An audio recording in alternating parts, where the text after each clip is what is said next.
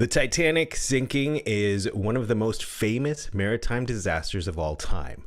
But did the Titanic really sink on the morning of the 15th of April, 1912? What is this conspiracy? Why do people love conspiracies? How is TikTok bringing the switch theory back into people's minds? What is the hook that keeps people coming back to Titanic to talk about it throughout the years? Hello, everyone. Welcome to Titanic Legacy, a podcast that explores Titanic's lasting impact through conversations with creators, authors, artists, filmmakers, historians, entrepreneurs, and more who continue to keep the Ship of Dreams legacy not only alive, but thriving and seemingly growing through their creative work. I'm your host, Paul Carganilla, and today I am excited to bring you a conversation with a Titanic researcher, historian, and author. He's also an adventure novelist, Steve Hall. He's a pillar of the Titanic community, an honorary member of the British Titanic Society, a foundation member of the Titanic and Steamship Historical Society of Australia, and former trustee of the Titanic Research and Modeling Association. He's co-authored 7 books with his mate Bruce Beveridge, and according to Steve's website, this is the most writings by a co-author team in the Titanic field to date. Now, ladies and gentlemen, let's waste no more time and welcome him to Titanic Legacy, the podcast. Give it up for author, historian, Steve Hall. Hey. Wow. Welcome to the show, sir. Hey, Paul, how are you? I'm so good. I get the opportunity to talk to people all over the world doing these interviews. I'm here in Southern California, as most people know. Where are you joining us from, sir? Well, I'm doing it from Ballina in Australia, and Ballina is, I think, sort of using miles. It's probably about 8 miles south of the most easterly point in Australia. Gotcha. And so, some people here argue that we're probably the most easterly point, but just depends on the tide, I suppose, and just ended up, up here. It's no intentions of sort of living up here. Just life just played out and, we just ended up here, So, it's, I can't hear the sea at the moment, but, often I can hear the ocean. I mean, people can look it up if they want. It's just, well, that way, which is Angels Beach. So I don't know. You can walk up there in 5 minutes and have your feet in the Coral Sea if you want. But, I don't go up there often, really sort of. When I grew up, there was no ocean. You had to drive an hour and a half to get to it. So it's never been important to me, really, the ocean. But sometimes, sometimes you can smell the sea, and of a night time, sometimes when the sea's rough, you can hear it banging, and the house sort of shakes a little bit or something like that, But Some people, hey man, some people spend good money on those apps that you can listen to the ocean as you're trying to go to sleep. So that's well, great for yeah. you. Well, I think when we moved up here, the first couple of nights that, because I was up here on my own before my wife Christine came up here, and I was up here on my own, and I could hear the ocean at 1 or 2 o'clock in the morning, and I thought, I'm not sure about this. I mean, is this going to go on all the time?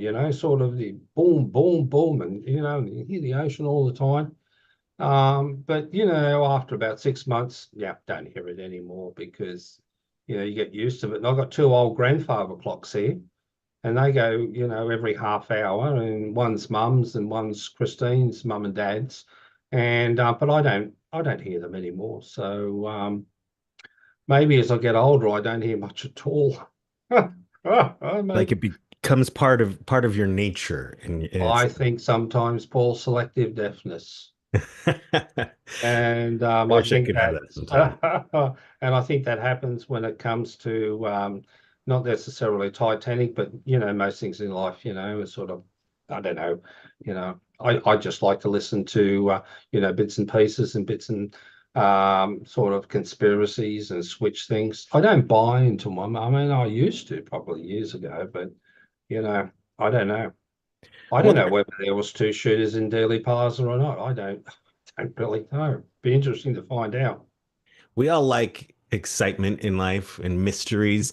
And so I Yeah. think that's, obviously conspiracies are something people latch onto because they're entertaining. They bring, a spark to the dullness or the um, what monotony of life. Yeah, And I absolutely. know, let's just before we jump into this sync theory, we'll give Mhm. people a little bit of back, or I'm sorry, the switch theory. We'll give people a little bit of background on you.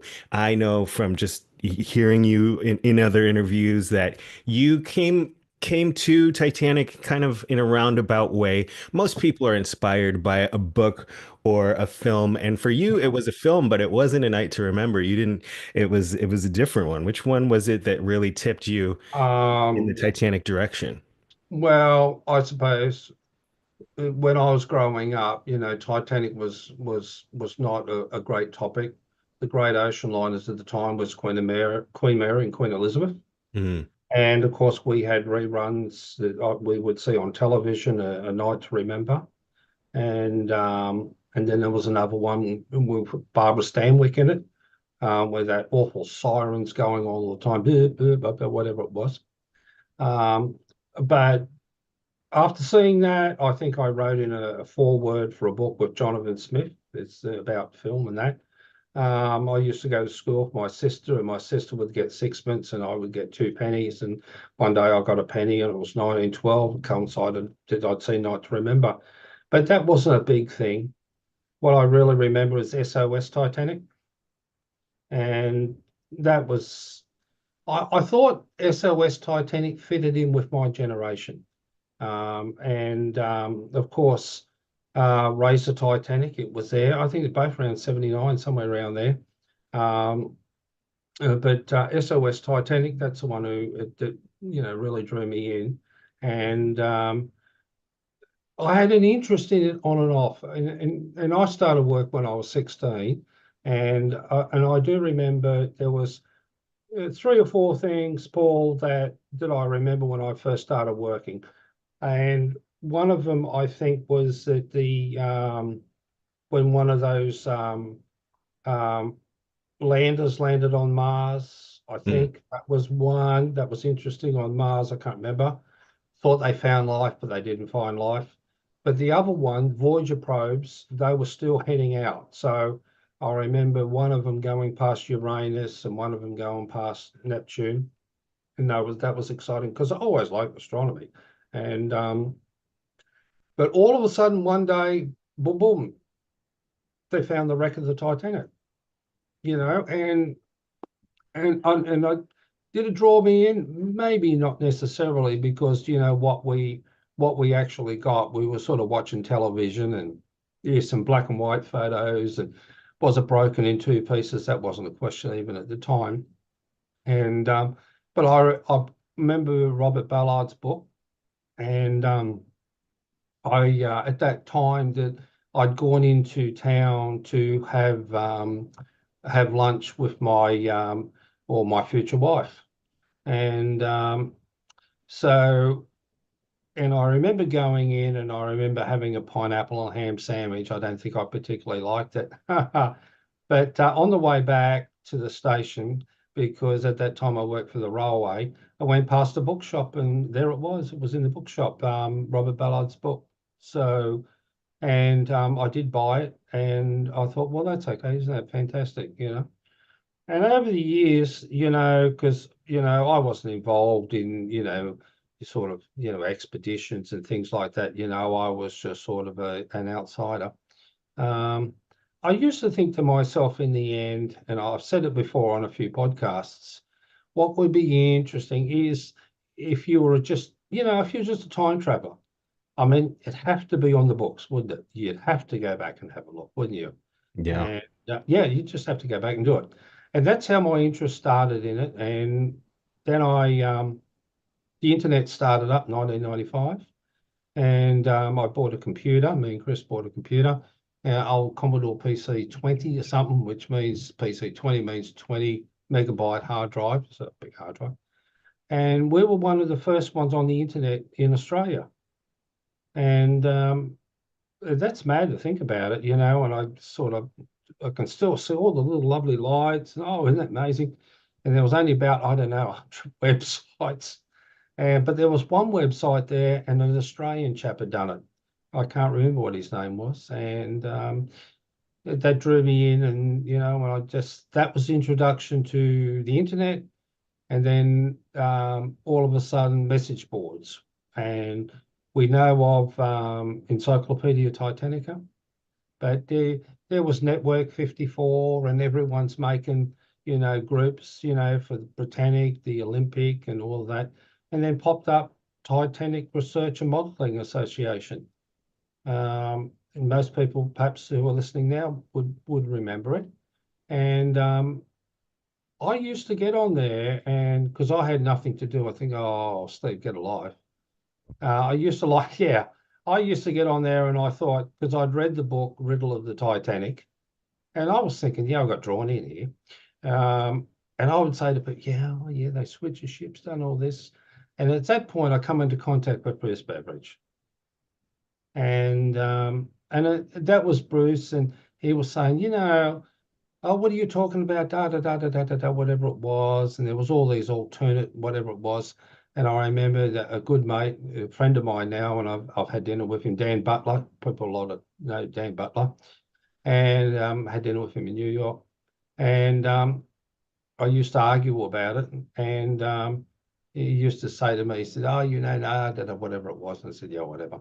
So I'm going to interject right here real quick because this is the first time we've addressed the switch theory here on Titanic mm, Legacy. My podcast yeah, has only been going for about 8 or 9 months now. yeah, So if anybody out there is not familiar, so this is the theory that it wasn't Titanic that sank. It was the sister ship that had uh, a, a, gone out a little bit earlier, like a year earlier, and got in an accident. And then the yeah, White Star Line wanted to collect on insurance. So they swapped the names on the ship and sank yeah, Titanic Olympic on purpose. So that's what the switch theory is. And sorry, to jump back into it, this is what you're talking about at dinners yeah. and on chat boards. Yeah, that's how it evolved, and I don't think it was that big at the time. And did I, at some point, you know, did I believe that they could have done it? Well, based on what we knew at the time, probably, you know, in the 1995, mid 1990s with the internet, I sort of bought into it a little bit. And I turned around and I seriously started looking at things, and I thought, well, that's how it started me buying the photos. You're going to say, well, you know, the ships are the same, and you know, 8X screens, there's 16 the portholes, you know, and I'm sorry, guys, you've heard it all before, 16 portholes, 14 portholes on the port side. You've all heard that. And those that haven't heard it, it came from me. I noticed it. I seen it. Where did the white paint on the wreck around the anchor and all that type of stuff? Oh, well, Olympic was painted white and all. Where did that come from? Come from me. Where did the M&P come from? It came from me too. And because I looked at the footage and I thought that looks like an M and it looks like a P. You know, I was passing this information on. But it Right. reached a point, Paul, that I thought to myself, there's no way in the world. The more I looked into it, the more there was no way you these ships you couldn't have switched it over.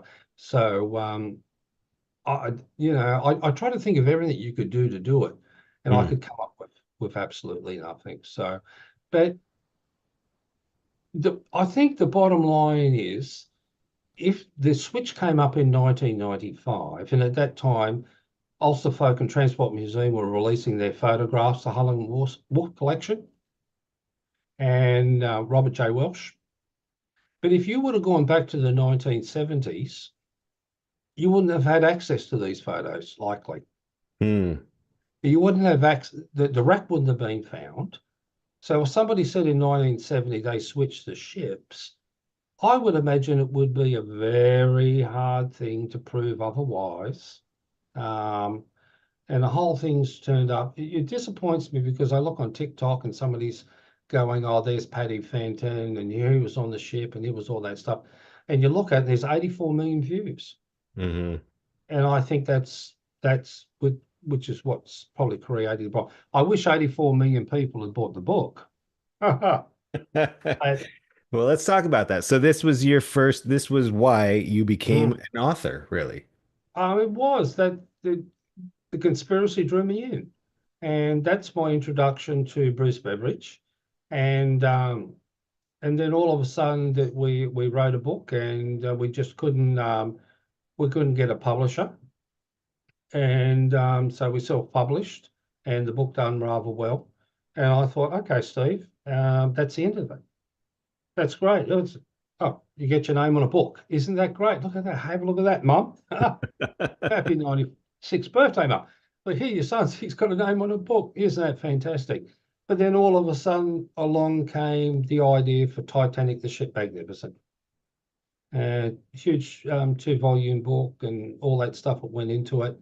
And I thought, we done that with Daniel Clistorna. I mean, if you know Titanic, you know Daniel Clistorna, you know Scott Andrews, and we put that out and we thought, oh, okay, then we'll be great. Isn't this fantastic? I've done this magnificent book. Every man and their dog's going to say, oh, get these guys in for an expedition to Titanic. Nah, never heard the phone ring. Never got a single message. Never heard anything. Bit of a disappointment, but I didn't care because I wouldn't have gone out on an expedition because I wouldn't have got into the lousy little submarines anyway. I mean, I sort of don't like those things. And it developed from there, and it just went crazy from there. And Titanic in Photographs and Sam Halpin's book, which you got a lot of guys in. And then I think, well, I had enough of this, I sort of, it sank, guys, get over, no, I shouldn't say that. What I do say to people is they say, oh, Steve, why did Titanic sink? I said, well, it sank because it was full of water. And I'm and I'm not Occam, interested, Occam's razor, right? it is. And I'm not interested in whether it broke in two pieces, how long it took to hit the bottom, and whether it turned around and whether it went upside down to something. And, those things have never been of interest to me. What interested me was the photographs. Mm. And that's how I come into contact with Daniel Clistorna, because I really love the photos. And I set up a website in 1997, and Titanic Photographic Compendium, and I was selling photographs all around the world. Hmm. And I was sourcing from the Ulster Folk and Transport Museum, which brought me into contact with a lot of people. And I would have thought that, if I wanted to do a book, Titanic Photographic Companion would have been what I wanted to do. And it didn't happen, but it happened with Titanic in Photographs. So, and that's an amazing book, isn't it? Anyone who's got the book, you sort of open the book and have all these photos and so sort of thing. Oh. But basically, that's it. And then all of a sudden, some guy wants to build another Titanic, and the Chinese want to build a Titanic, and then you get sort of drawn back in again, So And as it says on your website, his website, if you want to read all about him, it's a great website. He just told me he's actually used to design websites, and that makes sense because his is great. Is Steve Hall, common spelling for both, yeah, .nl. And that's according right. to the website, you actually, Blue Star Line Chairman Clive Palmer appointed Yeah, you as the design consultant and historian to the yeah, Titanic 2 project. yeah. So that was a fascinating time. And I had contacted him, and he said, I said, well, maybe we should talk. I said, yeah, that's okay. And he said at the time, which was quite amazing, he said, it wasn't him, I spoke to him. I think it was somebody else who was working with him. And they just said, oh, do you want me to send the helicopter down or the Bentley? I said, the Bentley will do fine. And so I went up and met him. He was a great guy, fantastic. And had a good talk about things. And, and then a couple of weeks later on, I just said, you've got to come up and see us. So they sent the helicopter down, and I went up and come back down. And I remember just thinking to myself, okay, then. So there's no Marconi room there. So And I remember, I remember Clive saying to me, he said, "Oh no, Marconi room. I said, well, maybe we should sort that out." Within 10 days, I was in Helsinki. Hmm.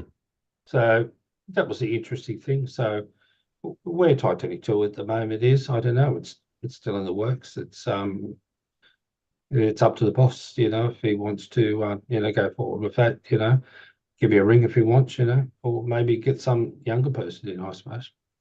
Every once in a while, it hits the news. Someone's making a new Titanic, and Well, yeah, someday, it's I always say to people, you're sending, expeditions out there, and I think it's a good thing. And a mate of mine, it got plucked up, and all of a sudden he's out there on a thing. It's James Panker. Mhm. Good luck to him. He's done a great job. And he's out there and they're doing all these scans of the wreck and bits and pieces and things like that. And I thought, oh, that's, a fantastic thing. But I thought, the easiest thing to do for the general public to see it is, well, why don't you just make another one? I thought that. That was the Right. easiest. I know we can't build another one, Paul, because all the rules and regulations that go with it, and that's, where the lifeboats are, and you can't have wood, accessibility and all this stuff. But the bottom line is that you could make one for probably 800 million. And just, That's peanuts because people these days are worth billions. oh So yeah. what it tells you is people have got all the money in the world and not interested in Titanic. Otherwise, they'd build one. I think a lot of, I mean, I'm always fascinated and I like to explore or examine on this podcast what it is that continues to hook people, continues to bring people in. Because, like you Oh, said a few minutes ago, it's a yeah, ship, it sank, get yeah, over it. But we yeah, can't. We keep talking about it. New yeah, podcasts are popping up every day, sh- yeah. new documentaries. Yeah. What is your feeling on how it continues to grow? Um, it's probably a big and broad question. Why do people keep visiting Loch Ness? Do they think they're going to see the Loch Ness monster? Um, that's just an analogy. People just they don't hook onto something. They've been brought up over the years, and they think of Titanic, and they think of mysteries, and they think of things in their life, and they say, "What happened to the Indianapolis?" And that was in World War II. They think what about happened to the Yamato, the Japanese battleship. They think about all the different things from World War II and all these things. All of a sudden, you hook in on something. And it's easy to hook in on Titanic because there's so much information, available about it. And there's so many movies that, can just draw you in. I don't know what people think. I myself personally have never had a dream of Titanic. I've never thought to myself, what would I do if I was on the bridge of the Titanic? How would I avoid the iceberg? How would I save myself? I've never thought those things. But there are other people out there and they're just looking to say, oh, okay, then. So why did it hit the iceberg? And you've got the conspiracy and things. But what draws people in? Is it the passengers and the crew? I don't think so. What draws them in is the ship because it was a nice bit of kit. I mean, it looked really Mickey Mouse. Mickey Mouse, probably Disney will cut us out here. It looked absolutely beautiful. If you wanted to design something that looked really fantastic, it would have been Titanic, wouldn't it? Perfect. Absolutely love it. If you wanted to 200 years from now build a spaceship, you can't tell me you wouldn't make it look like the Enterprise. Right. No, you would do that, and you can't understand why Doctor Who doesn't have the TARDIS turn into the Jupiter too, because that looks rather neat too. But what draws people into the Titanic, I can't explain because I talk to so many people, and it's certainly not the switch theory. It's certainly not that. the big draw seems to be the passengers and the crew, and what happened from the time of the impact the, to the time the ship sank, and all the eyewitness statements and that seems to draw people in, and where everyone was, you know. Yeah, it's such it's a human story. All of the errors that went Yes. on and all the what ifs. What if this happened a different way? What if they went straight into the Yeah, of thing? course. Um, Yeah. It's but a, people say, you've got who was on the bridge? Was it Murdoch, First Officer Murdoch, mhm. you know? And, I mean, they knew, Lightoller knew that they were coming into ice around, I don't know, 10:30 or something like that, And so I think it was him who said to the guys in the crow's nest, keep your eye out, icebergs, large ice, spinnybergs, bubbiebergs, and growlers, field ice. Keep an eye out, let me know what's going on. Lightoller was, because they were expecting it around about 10:30, quarter to, somewhere around there. What I don't understand is if you thought you were coming into the area, why wasn't the engine room put on standby? Yeah, because I mean, all you had to do was, you if you were Lightoller, and you would phone up whoever was in the engine room. I don't think the chief engineer Bell would have been there. I wouldn't imagine, 11 o'clock, he was probably asleep. So he's 2IC. But you would have phoned up and said, listen, we might have to have an emergency, engine correction here. Be on standby. But I don't think that happened. And, should you put someone right up on the front of the Titanic, right, right at the front, so you sort of watch what's going on? Because if you had someone right on the prow, they're not interfered by any lights or anything, so you've got another pair of eyes at the front.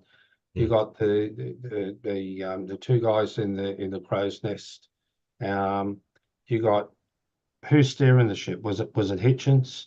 Mhm. So he's in the wheelhouse. They've got all these plates, boards up. He can't see. All he's doing is looking at a little light in front of it.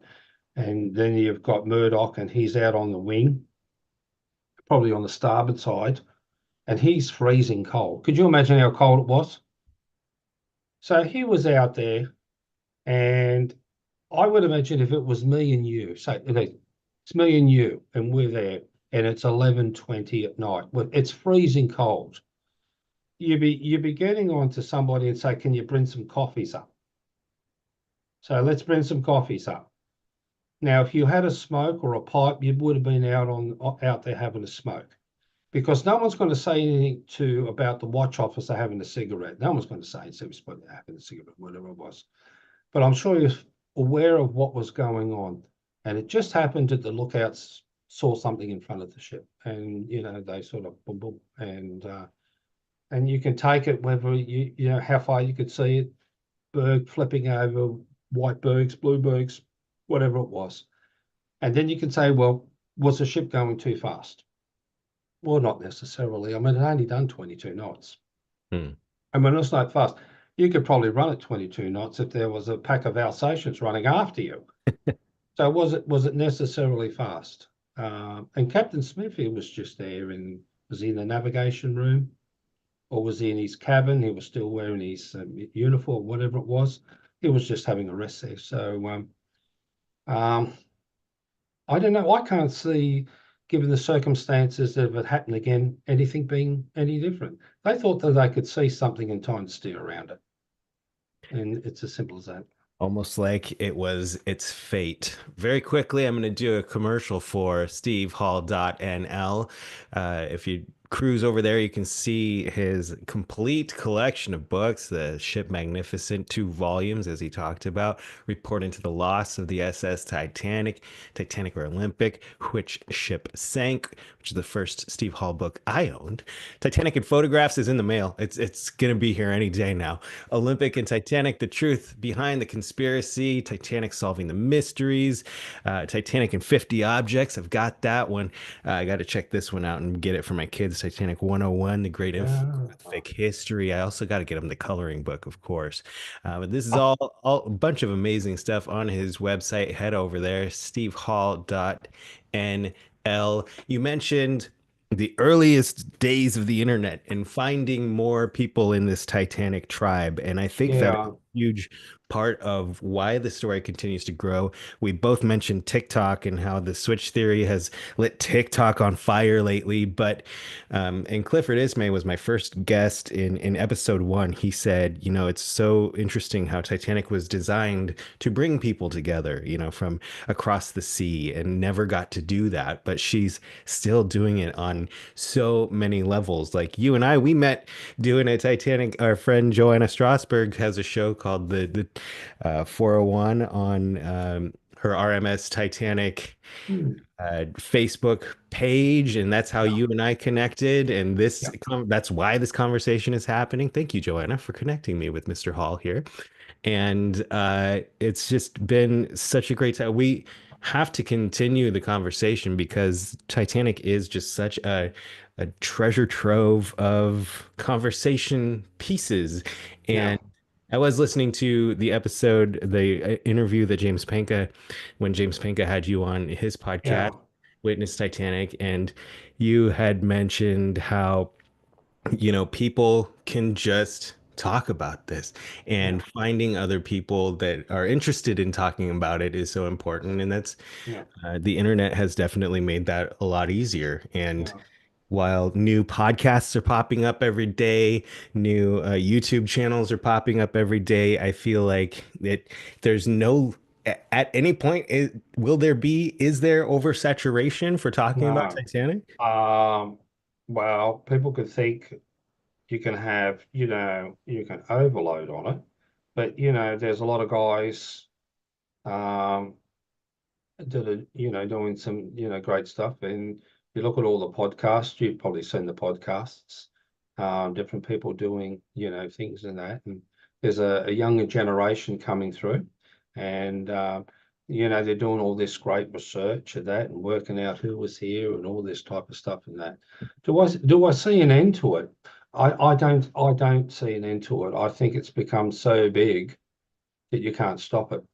That's it's I don't know, that, why you here and Joanna Strasberg. And I mean, I like Joanna, and and her podcast and things or whatever she has. What's so great about it is with Joanna is and Dan Curley is it's just an open forum, show books, show items and bits and pieces. And I think that does more for Titanic because it's just showing everyone books, and I've got cards and I've got this and I've got that, whatever. And then if you want to go to a more different side of it, you can step over to what is it? Steam and Splendor, Hmm. which those guys are doing at the moment, which is Kent and Tad and Bill Fantastic stuff. and Bill Sorter too. So that's a more serious side of things. But I don't think that Facebook Titanic groups necessarily is where the future is going to take Titanic. I think it's through Titanic exhibitions. To be honest, I think it's through podcasts like you and I talking. And when people talk about Titanic now, there's a lot of popular people in the field of Titanic, and you spoke to a few of them, and I know most of these people. Um, but when I talk about Titanic, I want to talk to that bloke over there, and he's going to say to me, "Why did it sink?" And I'm going to say, "Because it was full of water." He's going to laugh and he say, "I really like that." He's going to buy one of my books, and he's going to say, "What's your favorite photo, Steve?" And then he might say, then someone else might say, "Ship magnificent." What's your favorite volume? You know, I mean, what about, oh, I've heard all this business. What's this? Three blades on the center prop? Did it have four? And she sort of sit there and say, "Oh, well, once you email Mark Churnside. That'd be the last thing it was. But he's onto something because I think it was three-bladed. And all of a sudden, these more interesting things keep coming up. So I sometimes talk to people in the Titanic community, and what interests me is about, because, with icebergs have got rocks in them. And I can't remember what they're called, eccentric, something, whatever it was. And I think I said to David Gallo, I said, round the wreck, I mean, are there rocks which were inside icebergs, sort of, around the wreck? And he said, yeah. And I think from memory that there's another shipwreck, which is about, I think, 6 miles away from Titanic. So there was a whole war fought out there. I hate this too, especially. There's a whole war out there. There were ships being sunk all the time. There's boats and there's ships all over the place. So the question I often get to is, why did it take so long to find the wreck? Okay, now people are going to say, the Carpathia got there and it must have been going so fast, and Rostrum and Sir James Bissett, James Bissett, second officer, and he went on to become captain and Commodore, the Cunard, and he married an Australian girl. So anyone that is Australian out there, he married a nice Australian girl. All those things, I think, need to be further explored. We've got the wreck, we've got it all down there. What interests me now is the Carpathia. What interests me now is the Californian. And it interests me what they didn't ask at the Titanic inquiries, because I think I'd said before when I was talking to James Panker, I said to him, I can tell you it's absolutely 100%. There was a lookout on the Californian. He was in the crow's nest on the Californian. So why wasn't he called, to testify? What did he see? And who do you blame? There's nobody to blame for any of this. And I think that I said that if you and I were on Titanic and it was 11:15, it's freezing cold, I don't think they had hot water bottles then, did they? I mean, you can have a hot water bottle and shove it down your greatcoat. I don't think you had that. But you wouldn't have been having a whiskey or a drink, but you would have had a coffee, probably English, you had a cup of tea or grey, whatever it was. But you would out there and you had a bloody cigarette and a smoke, whatever you're doing. And it comes back to what were they doing on the Californian and what was happening on the Carpathia. And that's what interests me. And I don't blame Captain Lord, and I don't stand on his side. He stopped the ship. There was ice all over the place. He didn't go in reverse to get out of the ice field, because you won't go in reverse in an ice field because you're going to damage your rudder and your prop. So you understand that. Best thing was to do was just sit there. And he was sitting there and watching what's going on and whatever it is, and whoever it was, Phillips and whoever it was, Marconi sending out messages and, buy shares and stocks. Sounds like the Nazi movie. Don't buy stocks because it's broke the world record. But I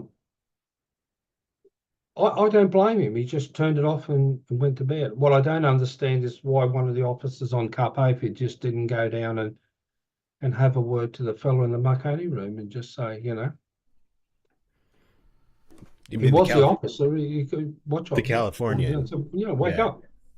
Yeah. And then that opens Pandora's box. Could Carpathia have got there in time? Californian got there in time? Not likely. So in time to pluck a few people out of the water, but not save everyone. That's what they say. I don't know. I mean, you can ask, what was the Californian supposed to do? How many lifeboats did it have? I mean, you get there and you're going to start fishing people out. I think James Bissett said in his book, Ladies and Tramps, I think he said in regards to Lord, he said, what an incredible opportunity missed. Yeah. And even if he woke up the Marconi chap and they turned and they got there even and it sank and it went down, so would you be talking about Lord or would you be talking about Carpathia? Because both the ships would have been there recovering the lifeboats. So Yeah. missed opportunities. Well, this has been such a pleasure. I asked you for a half hour. I took even more. So I appreciate your time. We're going to have to, if you wouldn't mind coming back on the show and continuing the conversation. Oh, very much enjoy that.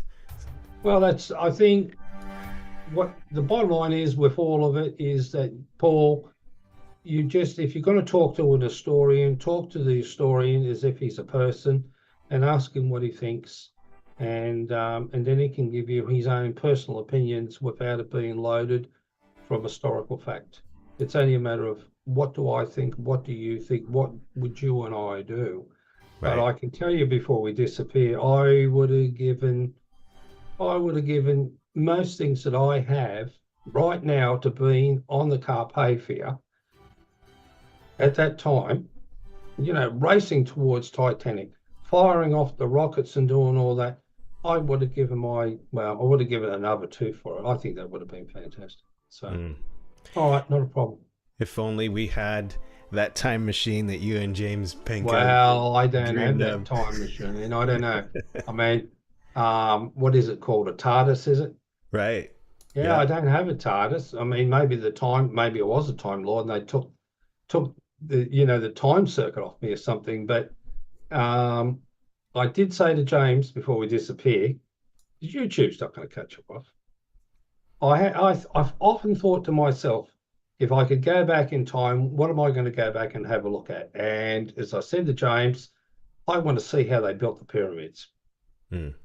That's what I would like to see. Apart from the fact that it was one block at a time. Right.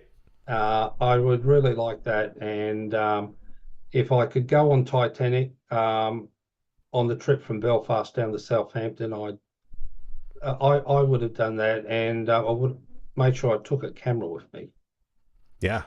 And then we would know whether the clock was on the grand staircase or not, would we? That's right. I'd love to have taken that trip with Father Brown and gotten off at Queenstown.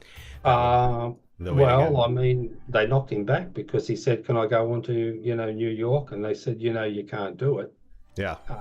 But if you really wanted it and you'd been him, you would have said, "I'm going anyway." Because didn't someone say that I'll pay your fare? Yeah. Yeah, I would have said, well, I can be a Jesuit priest, whatever it is, just as easily in Ireland as I can be in America. It's true. He really enjoyed his time on the ship. It's too bad that he got off, but it's good because we still have his photos. Who knows if we would have before. And if you enjoyed your time listening to our conversation, please be sure to rate, leave a positive review on your favorite podcast platform. I want to say thank you one more time to our amazing guest, Steve Hall. Thoroughly enjoyed this. I hope to do it again. And thank you to everyone for listening and tuning in. Until the next episode, seize the day, follow your heart's fire, and make each day count. Thank you, Paul. Thank you, sir. Thank you very much. See you, mate. Bye-bye.